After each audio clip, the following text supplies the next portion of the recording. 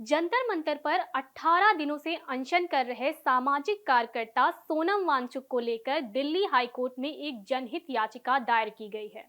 याचिका में अदालत से अपील की गई है कि सोनम वांगचुक के लिए मेडिकल सहायता की व्यवस्था कराई जाए और जबरन खाना खिलाकर उनका अनशन खत्म करा दिया जाए। पीआईएल को एक्टिविस्ट वकील राकेश कुमार सैनी ने दायर किया है। उन्होंने हाई कोर्ट से मांग की है कि केंद्र और दिल्ली सरकार को निर्देश दिया जाए तो वांगचुक को अस्पताल ले जाया जाए और दबाव डालकर उन्हें खाना खिलाया जाए। वकील ने याचिका में कहा, वांगचुक का स्वास्थ्य तेजी से खराब हो रहा है और यदि वह मर गए तो यह देश और दुनिया के लिए बहुत शर्म की बात होगी। याचिकाकर्ता ने यह भी कहा है कि सरकार वांगचुक के साथ खतरनाक अपराधी, आतंकवादी या देश के गद्दार की तरह व्यवहार कर रही है। उन्होंने कहा कि सरकार को मशहूर सामाजिक और पर्यावरण कार्यकर्ता की चिंता नहीं है। उन्होंने कहा कि सरकार कम से कम इतना तो कर सकती है कि उन्हें उचित मेडिकल सहायता दी जाए, चाहे जबरन ही सही, ताकि उनकी जान बच सके। पीआईएल में कहा गया है, वांगचुक को अस्पताल ले जाया जाए और उन्होंने जबरन पौष्टिकता,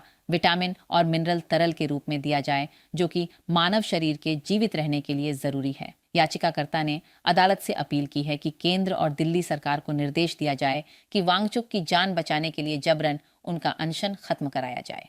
सरकार और सीजेपी के प्रतिनिधियों के बीच अभी तक किसी तरह की बातचीत या मध्यस्थता की शुरुआत नहीं हुई है। हालांकि कई विपक्षी दलों के नेताओं ने अब वांगचुक तक पहुंचने की शुरुआत की है। पिछले 2 दिनों में आम आदमी पार्टी, समाजवादी पार्टी समेत कई दलों के नेता जंतर मंतर पर नजर आए। ममता बनर्जी, अखिलेश यादव और अरविंद केजरीवाल जैसे नेताओं ने सोशल मीडिया और अन्य माध्यमों के जरिए भी वांगचुक से अनशन खत्म करने की अपील की है। अखिलेश यादव ने वांगचुक से फोन पर बातचीत के बारे में बताया कि उनके स्वास्थ्य के बारे में जाना और उनसे अनशन तोड़ने की अपील की। ये भी कहा कि उनके सत्याग्रह को खुला समर्थन है। अखिलेश ने कहा कि हमारा मानना है कि वो जनहित में अनशन को तोड़ने के आग्रह पर विचार करें। देश की संपूर्ण युवा शक्ति, उनके अभिभावकों, परिवार और परिजनों की आकांक्षा भी यही है।